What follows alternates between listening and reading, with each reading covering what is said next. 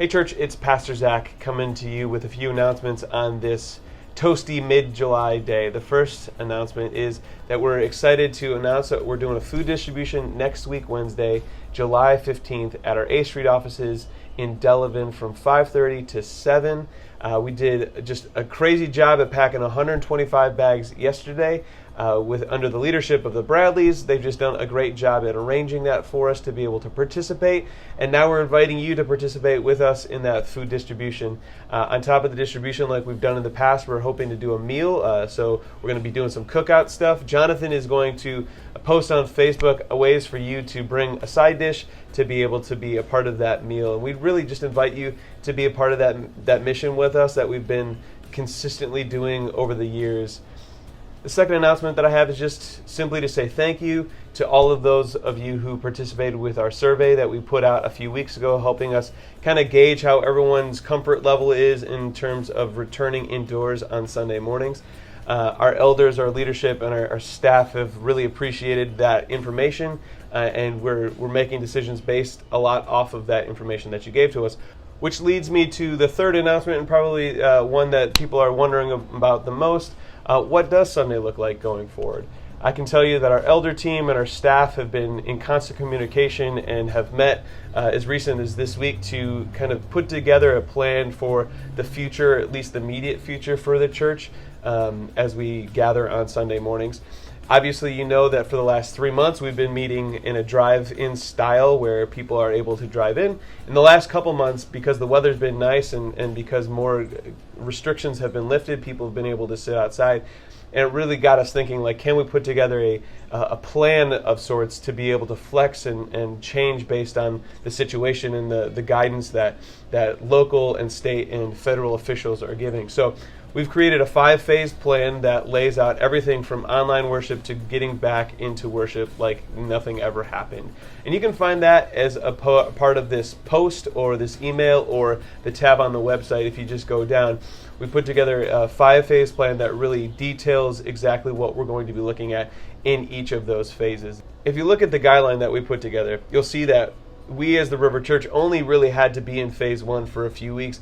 And that's simply because we have been blessed by the resources of the AV bus and a team of people who just are able to kind of pick up and go. And it's been incredibly awesome to not have to sit in that phase. A lot of churches, they've had to really exist in phase 1 for a number of months and now are just coming out of that. But we've been in phase 2 really strongly for the better part of 3 months. And we've been so blessed by the partnership Drive-In Church has provided us with the partnership between us and Chapel on the Hill. But this weekend, July 12th, is our final weekend worshiping with Chapel on the Hill in the drive-in style model that we've kind of been living into for the last 3 months. Next week, July 19th, and the following week, July 26th, we are going to worship outside of the Christian Arts Center on Chapel on the Hill's campus, just as the River Church. So we'll use our bus, we'll use kind of a shaded area so that people are able to gather. If you're not comfortable coming outside your car, you'll still be able to drive in and listen to the service and watch the service. So we're planning that for the next 2 weeks, and slowly but surely we're easing into what we're calling our phase 3 or our hybrid model, where we're going to be doing part of our experience indoors and part of our experience outdoors. You might say that's kind of crazy. That doesn't make sense. How are we going to be indoors and outdoors? Well, when we got our responses back from the survey, we saw that a lot of people hit the spectrum. There are a lot of what we called greens, and then there were a lot of what we called reds. And we wanted to make sure that we were creating a worship gathering that really worked for all people, wherever they were feeling comfortable-wise. So the indoor-outdoor model looks like this. On Sunday morning, you'll arrive 9:45. Those of you who want to come indoors will have seating space socially distantly so that you can feel comfortable. If you want to wear a mask, great. Our worship team will be wearing masks. Our serving team will plan on wearing masks. If you want to, great. If not, that's totally cool too. We just want to create a space where we're being really intentional about being socially distant. So indoor part of the service, starting at 10, we'll do prayers of the people. We'll do the message, and there will be some weeks we'll do communion inside. The outdoor part of the hybrid model then would start happening, where the people inside would come outside, and Sean and the team would be set up to lead worship and praise for a while, so that everyone, no matter where they feel comfortable wise, are able to worship together as one church. That brings up the question of people who aren't feeling quite comfortable or don't want to leave the drive-in style. Well, we're hoping to put together a way for you to be able to watch the cast of what's happening inside, outside.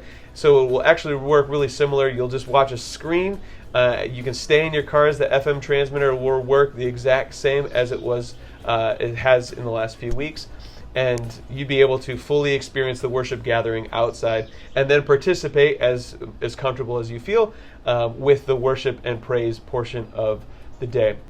I know all of this kind of sounds crazy, and I wish that there was a right answer in the midst of all of this, but unfortunately what I found is there aren't any of us as churches that know how to do church in the midst of a pandemic, and we are all trying to figure out this the best way we can. What I can tell you is that our elders and that our staff and our leadership have just been really working through and praying over and discerning what do we do with the federal and the state and the local guideline. What do we do with the guidances that are put out? And none of us are experts, and all we want to do is at the end of the day come together and be together, but we want to do that safely, and we want to do that as well as we can to honor wherever you are on the spectrum of comfortability in the midst of this. We want to be able to honor you with that, and we want to be able to provide a space for you to gather, for you to go to on Sunday mornings, so that you're able to worship and praise and take in the work of the Spirit at the River Church. Luckily, this moving and changing and shifting is not new to us.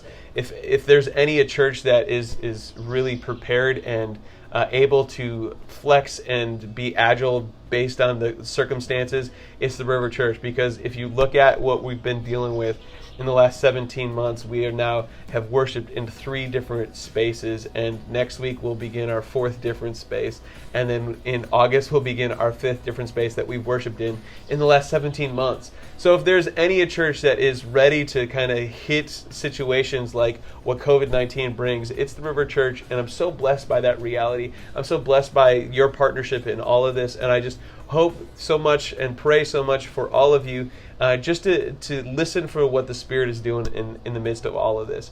Church, it is so great to be your pastor. I'm so blessed to be able to be called your pastor, and I'm so excited to hopefully see you as soon as possible on Sundays, whether it's outdoor next week, whether it's indoor in a few weeks. We'd love to hear from you if we haven't heard from you for a while, and we're just know, please, please, please, that we love you and that we're praying for you. We're looking forward to seeing you guys soon.